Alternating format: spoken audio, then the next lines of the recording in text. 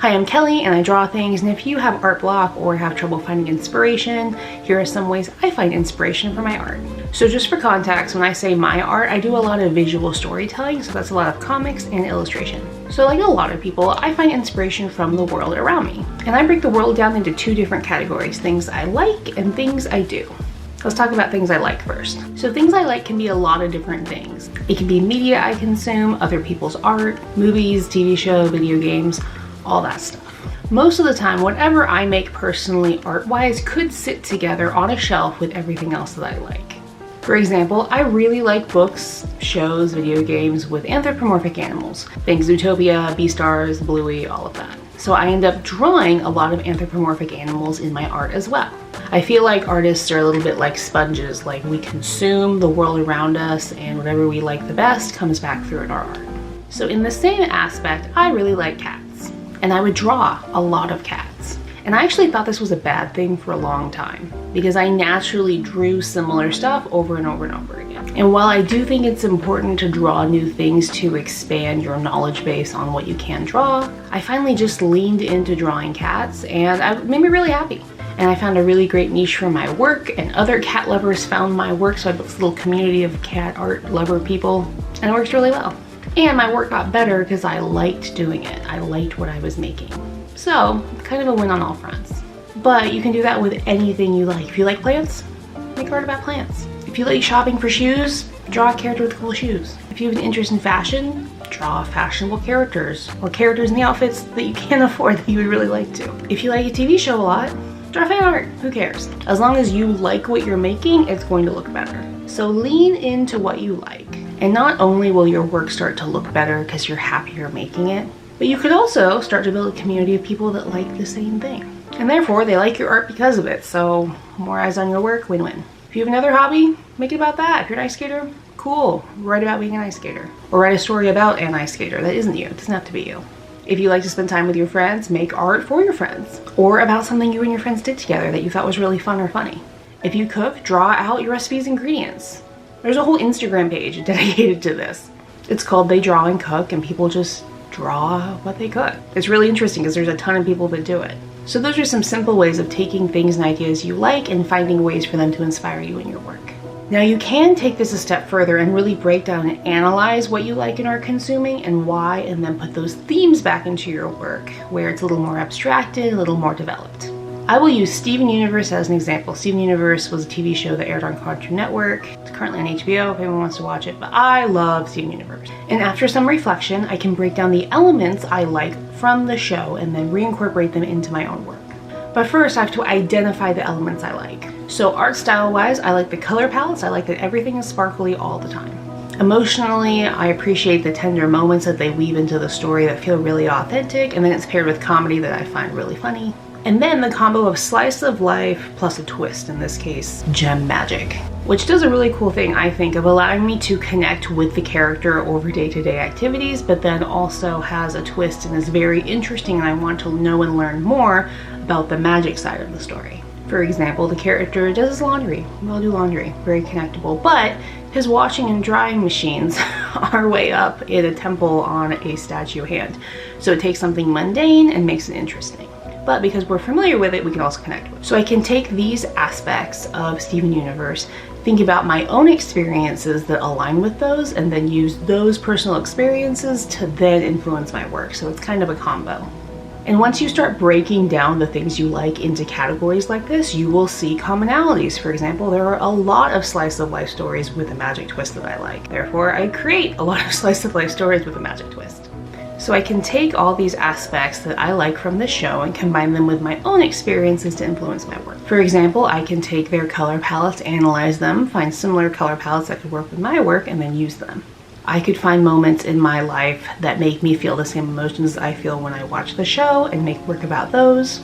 Or I could make up my own slice of life story with a magical element. Maybe life is completely normal and then I add one thing that makes it fantasy.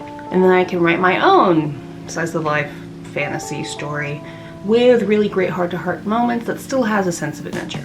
And the more you break down the things you like, the more commonalities you'll see through the things you like, and the more you can include those in your own work. For example, I like a lot of stories that have normal everyday stuff with a little twist to it. And because I've started analyzing what I consume, I can see that commonality. It also helps me find more cool stuff to watch. But all of that ends up being a combination of taking the things you like and then combining them with the things you do to create stories. So let's talk about things you do as inspiration now. I did touch on this just a little bit, but hobbies and activities are things you do you can enjoy that can also influence your work. And those can be everyday small things, or the things you do can be big events, like once in a lifetime adventures. Maybe you had a really unique experience you'd like to share, and you can put that into your work. For example, I had a great trip to Morocco, and then later on I made a story about birds. And their clothing and architecture is inspired by all the geometric patterns I experienced while traveling through Morocco. So it's taking something that lots of people could do, drawings of birds, but then putting my own unique twist on it based on the experiences I had and things I saw on my trip. Again, these things can be big or small. You might have something in your life that you consider very normal and potentially boring, but to someone else, it could be really interesting and entertaining. For example, I have a cat and he does weird and funny things. Now to me, those are normal weird and funny things, everyday weird and funny things. But to other people who maybe don't have a cat or don't have my cat, which is everyone else, those weird and funny things might be really interesting. And they might find them way funnier than I find them because I experience them every day, but to them it's something new. And sometimes it's really hard to see the cool and unique stuff about yourself in your own life because you're so close to the source and you experience it all the time.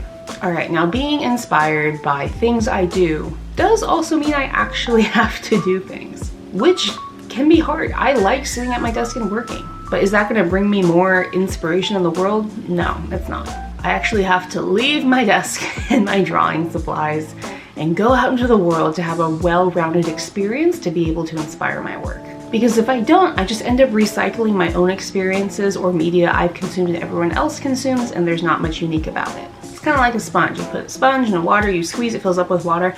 Eventually it's going to dry out. You need to go rehydrate the sponge over and over again, just like you need to reintroduce yourself to new experiences over and over again. And I know it's super easy to just stay in your own little zone, stay in your room, work on your art, play your video games, and kind of exist in your own bubble. But going out there and having experiences will, one, be really good for our mental health. But two, it's also creating unique inspiration for your work that's going to make it more interesting. So to sum it all up, you got to leave your house to have experiences to then inspire your work to make it good. But you can be inspired by experiences you've had in the past as well. Now, the past is a very broad term that can mean last week. Last week is the past, or 10 years ago, also the past. And for me, examining my childhood and finding events that other people can connect with has been really interesting for my art. While yes, we all have different experiences and unique perspectives in the world, we also have a lot more in common with each other than we might think. For example, I made this comic talking about how it's often discouraged to children to pursue a career in the arts, while these other outlandish ideas are encouraged for a while. And it was an experience I had. I posted the comic and so many people connected with it, like way more than I thought they would. Because I just thought it was funny, but then people were having really heartfelt connections and I was like, oh, I guess this digs a little deeper in the art community than I anticipated. So that surprised me, but it also angered me that we all had to go through this experience as children. So shared childhood trauma, I guess, is inspiration as well. But it's also comforting to know that I wasn't alone in this experience. And sometimes being vulnerable in our work is a way to work through those emotions, but also find a community that can support us in healing. Now, is being discouraged from being an artist traumatic in my childhood? Probably not. But some other topics can be. And sometimes being vulnerable in your work is one of the ways we can find like-minded people and make authentic healing connections. Now, if you get stuck and you've really hit art block, where you don't have any ideas, or burnout where you don't have any energy to do any ideas, even if you have them, just walk away. Do something else. That is my best advice for running out of ideas. Because again, you gotta take your sponge, you gotta refill it with more experience to come up with ideas.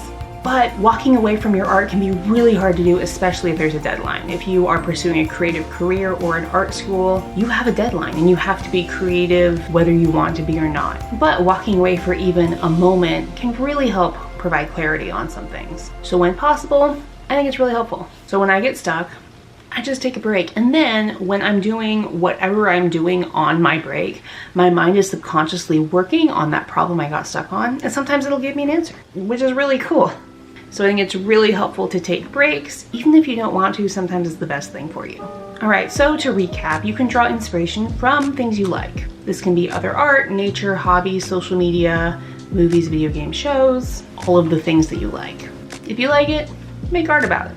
And then you can also draw experience from things you do in the form of personal experiences that are either big or small. They can be once in a lifetime, big, huge, dramatic experience, or they can be small everyday experiences. Because both are interesting and both can serve as great inspiration for your work. Or you can take the two and combine them to create something really unique. So I hope these tips help. If you have somewhere else that you like to draw inspiration from, drop it in the comments and someone else might find it inspiring too. If you like this video, you might also like this video where I talk about common artist fears. Again, I'm Kelly and I draw things. Thanks for watching.